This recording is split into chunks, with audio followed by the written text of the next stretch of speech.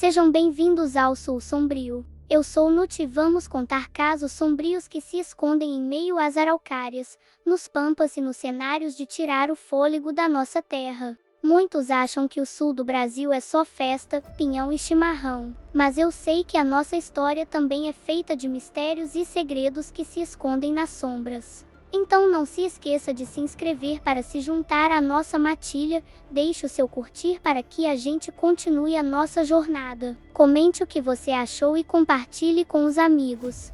Também me segue nas minhas outras redes sociais para saber quando eu postar novos vídeos e conteúdos diversos. Dito isto, vamos para o caso de hoje. 3 de novembro de 2008, Curitiba, Paraná. Raquel Maria Lobo Oliveira Genofre, uma menina que aos 9 anos de idade saiu da escola para voltar para casa, um trajeto que estava acostumada a fazer, mas que infelizmente durante esse percurso nunca mais foi encontrada com vida. O caso se tornou símbolo de luta por justiça para vítimas infantis no Brasil. Raquel Genofre é lembrada como uma criança alegre e que gostava de brincar, curiosa e dedicada aos estudos. Conquistou a admiração de professores e colegas por sua inteligência e comportamento responsável. Seu talento para a escrita se revelou ainda na infância. Em 2007, com apenas 8 anos, conquistou o 3º lugar no concurso infanto-juvenil de redação da Biblioteca Pública do Paraná. No ano seguinte, em 2008, voltou a participar e alcançou o 1º lugar, consolidando sua habilidade precoce para as letras. Tinha facilidade para fazer amizades, era vista como uma menina afetuosa de imaginação viva e interessada pelo mundo. Morava com a mãe, era filha caçula. Seu corpo foi encontrado 2 dias depois, na madrugada de 5 de novembro, dentro de uma mala de viagem abandonada na rodoferroviária de Curitiba. O laudo pericial confirmou que ela foi mexida pelo criminoso e perdeu a vida por asfixia mecânica. Durante a perícia, foi coletado o material genético do autor do crime. O corpo da criança foi bastante castigado, mas preferimos não dar todos os detalhes devido ao tamanho da crueldade cometida. O caso mobilizou a Polícia Civil do Paraná, delegacias e equipes de investigação, além da Polícia Científica do Paraná, laboratório de genética forense responsável pelo processamento e comparação do vestígio.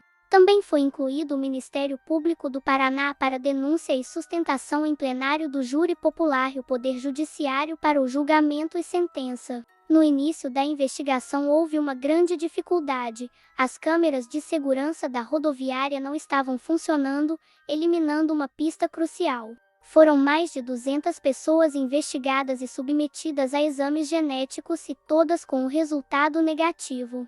Vários anos de investigação e o caso foi esfriando. Famílias e movimentos sociais cobravam constantemente a solução, mantendo o caso ativo na mídia, havendo uma grande comoção nacional, cobertura intensa em transmissão vertical, rádio, jornais e internet ao longo de 2008 e 2021 com pressão social por integração de bancos de DNA e melhoria da cadeia de custódia.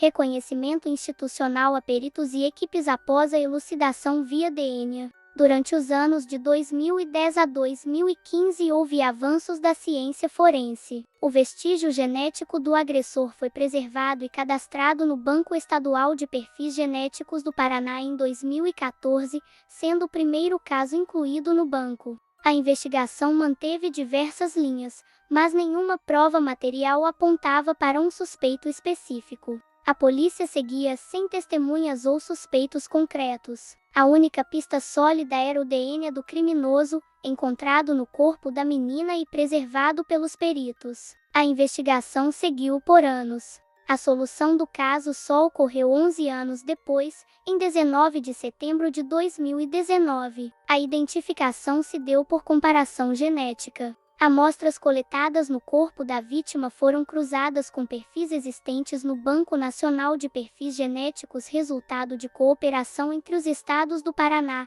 São Paulo e Brasília. O cruzamento resultou em 100% de coincidência com o perfil de Carlos Eduardo dos Santos, de 54 anos, já preso na Penitenciária 2 de Sorocaba, São Paulo desde 2016. A Polícia Civil do Paraná enviou uma equipe a Sorocaba para interrogá-lo. A confissão de Santos foi registrada ainda em 2019. No início do interrogatório, Carlos Eduardo tentou negar. Porém, quando os investigadores apresentaram o resultado do DNA que batia com 100% de certeza, ele admitiu ser o autor do ocorrido. Em seu depoimento, o suspeito forneceu detalhes cruciais do crime. Ele confirmou que morava perto da escola de Raquel, no centro de Curitiba, e que conhecia a rotina da menina. Para atrair sua atenção, ele se fez passar por um produtor de um programa televisivo infantil, prometendo que se ela o acompanhasse poderia participar da atração. A frieza de sua narrativa se aprofundou ao descrever a sua atitude absurda. Ele relatou que Raquel estranhou a situação e tentou reagir, momento em que foi mexida e tendo sua vida interrompida no mesmo dia. Ele não detalhou o método usado, mas a autópsia posterior confirmou que a causa que fez ela partir. Quanto ao abandono do corpo, ele alegou que a mala era uma forma de transitar sem ser notado. A confissão de Carlos Eduardo dos Santos, embora tenha trazido uma versão dos fatos, foi notavelmente desprovida de emoção ou remorso, indicando um distanciamento patológico do ato hediondo que cometeu. O depoimento foi marcado por uma série de inconsistências e contradições que a polícia prontamente identificou. A narrativa, que ele apresentou com uma frieza marcante, era incompleta e evitava dar muitos detalhes sobre certas partes do ocorrido, como a escolha da mala ou a logística do transporte do corpo. Essas lacunas e divergências não foram vistas como falhas acidentais na memória, mas sim como elementos de um padrão de comportamento. A polícia, ao analisar o depoimento e o comportamento de Santos, o descreveu como um mentiroso compulsivo que chegava a mentir para se divertir. Esse diagnóstico informal se alinhou perfeitamente ao laudo psiquiátrico que acompanhava o inquérito, que apontou que ele possuía transtorno de personalidade dissocial. Essa condição, caracterizada pela ausência de remorso, manipulação e comportamento enganoso, explicou por que ele tentou impor uma versão contraditória dos fatos, mesmo diante de provas irrefutáveis. A confissão, nesse contexto, foi mais uma tentativa de controle narrativo do que um ato de submissão à justiça. A investigação atribui a ele 6 mexidas em crianças com idades entre 4 e 14 anos, ocorridos entre 1985 e 2008. Estou falando mexidas, mas vocês sabem o que estou querendo dizer. Não falo as palavras claramente porque o algoritmo do YouTube não gosta e pode tirar o alcance do canal. Sua ficha inclui roubo, estelionato, falsidade ideológica, uso de documento falso, tentativa de registro de criança, abandono de lar e dano qualificado, cometidos em diferentes anos entre 1985 e 2016. O histórico criminal de Carlos Eduardo abrange diversas cidades: São Vicente, Jaú, Presidente Prudente, Mogi das Cruzes, que são cidades de São Paulo, Porto Alegre, Rio Grande do Sul, Criciúma, Santa Catarina, Curitiba, Umuarama e Mandaguari, no Paraná. Sua trajetória inclui 3 fugas do sistema prisional ou do regime semiaberto. Ele apresentou várias fugas do sistema prisional, incluindo não retorno de regime semiaberto em 2004 e desconexão entre fugas ou rebeliões.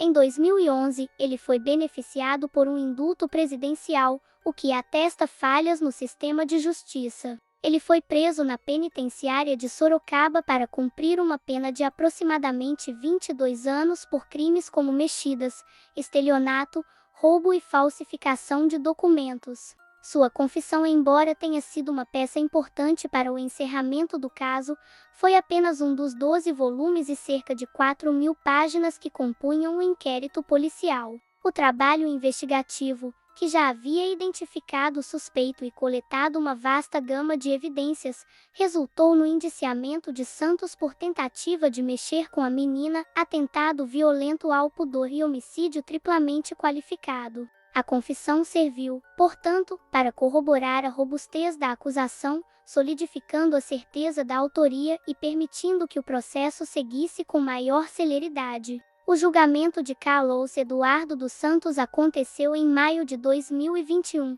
em um júri popular no Tribunal de Curitiba. Devido ao segredo de justiça, o processo ocorreu a portas fechadas, e o réu acompanhou a sessão por videoconferência, reforçando seu distanciamento do ato final da justiça. O júri popular acatou a acusação e condenou esse monstro a 50 anos de prisão.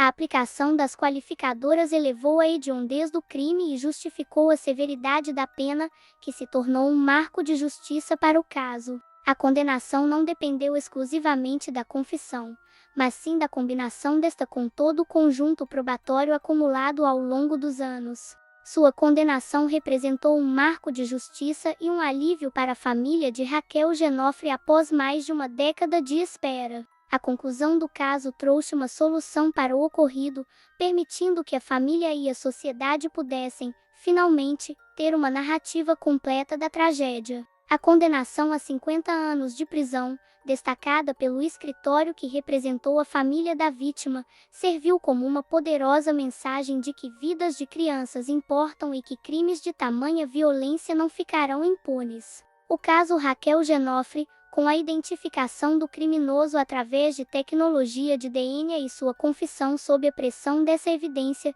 se tornou um símbolo da evolução da ciência forense e da persistência policial no Brasil. A confissão, embora fria e cheia de contradições, paradoxalmente, serviu para expor a natureza patológica e a completa ausência de remorso do criminoso, solidificando a percepção da necessidade de penas rigorosas para esse tipo de crime. O caso é um legado da perseverança das autoridades e da família, com a confissão servindo como a peça final que permitiu o encerramento de um dos mais longos e dolorosos quebra-cabeças da justiça criminal brasileira.